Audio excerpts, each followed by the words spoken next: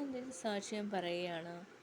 സാക്ഷ്യം നമ്മൾ ദിവസവും പറയണം. സാക്ഷ്യം ദിവസവും ഐക്യപ്പെടണം, ദിവസവും പ്രാർത്ഥിക്കണം, ദിവസവും വേദപുസ്തകം വായിക്കണം, ദിവസവും കൂട്ടായ്മ കൂടണം. കൂട്ടായ്മ പറഞ്ഞാൽ വീട്ടിൽ തന്നെ. ഞാൻ ബ്രദർ മോൻസിലാസിൻ്റെ പ്രസംഗം കേൾക്കും. വളരെ പ്രയോജനമാണ്. അതുകൊണ്ട് നമ്മൾ ദിവസം പ്രതി നമ്മൾ വാക്യം വായിക്കേണ്ടതാണ്. ഒരു വാക്യം വായിച്ചിട്ട് ഇറങ്ങിപ്പോവുക, ജീവിതം ധന്യമാകും. ഞാനാണെങ്കിൽ ചെന്നൈ പഠിച്ചു കഴിഞ്ഞാൽ ഇപ്പോഴും ഓർമ്മകൾ മാറിയിട്ടില്ല. ദൈവം എന്നെ നടത്തുന്നു.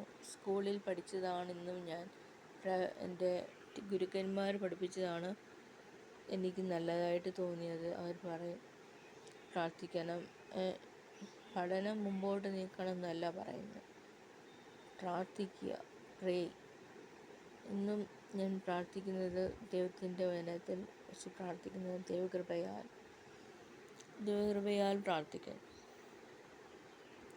പ്രയാസവേളകളിൽ, പ്രതികൂല സങ്കടത്തിൽ, പ്രശ്നങ്ങൾ നിറഞ്ഞ ജീവിത യാത്രയിൽ നല്ല സ്നേഹിയ യേശു എൻ്റെ കൂടെ, എൻ്റെ മണവാളനായി കാന്തയുടെ കൂടെ വാഴുവാൻ കൃപ എന്ന ദൈവസ്നേഹത്തിനായി കർത്താവിനെ സ്തുതിക്കുന്നു. എന്നും ചർച്ച് വന്നിട്ടില്ല, ചർച്ച് വരുവാനും പ്രാർത്ഥിക്കുന്നു. അതുപോലെ ഞാൻ ബുക്സ് വായിക്കും, എല്ലാ ബുക്സും വായിക്കും.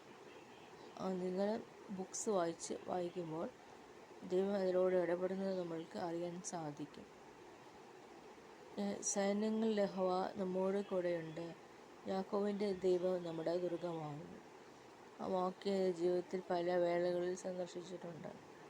ആ വാക്യം വെച്ച് പ്രാർത്ഥിക്കുന്ന ദേവദാസൻ സാം ജപുത്തരെ അവർ പ്രസംഗിച്ച ഈ വാക്യം വെച്ചാണ്. അതാണ് ഞാൻ ഇന്നും ഓർക്കും. ആ പ്രസംഗമൊക്കെ ഇന്നും ഓർമ്മയിലുണ്ട്. കർത്താവിൻ്റെ വരവരോളം ഒരു വചനത്തെ നമ്മൾ ഘോഷിക്കണം, സന്തോഷിക്കണം, ആരാധിക്കണം. വെളിയിൽ പോയി പറ്റുന്നതിന് വീട്ടിലിരുന്നെങ്കിലും പ്രാർത്ഥിക്കണം. കർത്താവിൻ്റെ നാമം അടുത്ത നിമിഷമാണ് വരവ്. ലോകത്തിൻ്റെ പോക്ക് കണ്ടാൽ അറിയാം ദൈവത്തിൻ്റെ വരവ് ആസന്നമായി. നമ്മൾ ഒരുങ്ങിയിട്ടുണ്ടോ? എണ്ണ എടുക്കണം. നല്ല എണ്ണയോട് ആയിരിക്കാൻ ഇടയാക്കട്ടെ. കർത്താവ് നമ്മെ പരിപാലിക്കുന്ന ദൈവം, അനുഗ്രഹിക്കുന്ന ദൈവം, ചിറകിൻ കീഴിൽ മറയ്ക്കുന്ന ദൈവം, യേശു രക്തത്താൽ മറയ്ക്കപ്പെടുന്ന എല്ലാ കാര്യങ്ങളും യേശു നാമത്തിനാൽ ഭൂതങ്ങൾ അലറി ഓടുന്നു. യേശു നാമത്തിൽ നമ്മൾ വചനം പറയണം. ആമീൻ.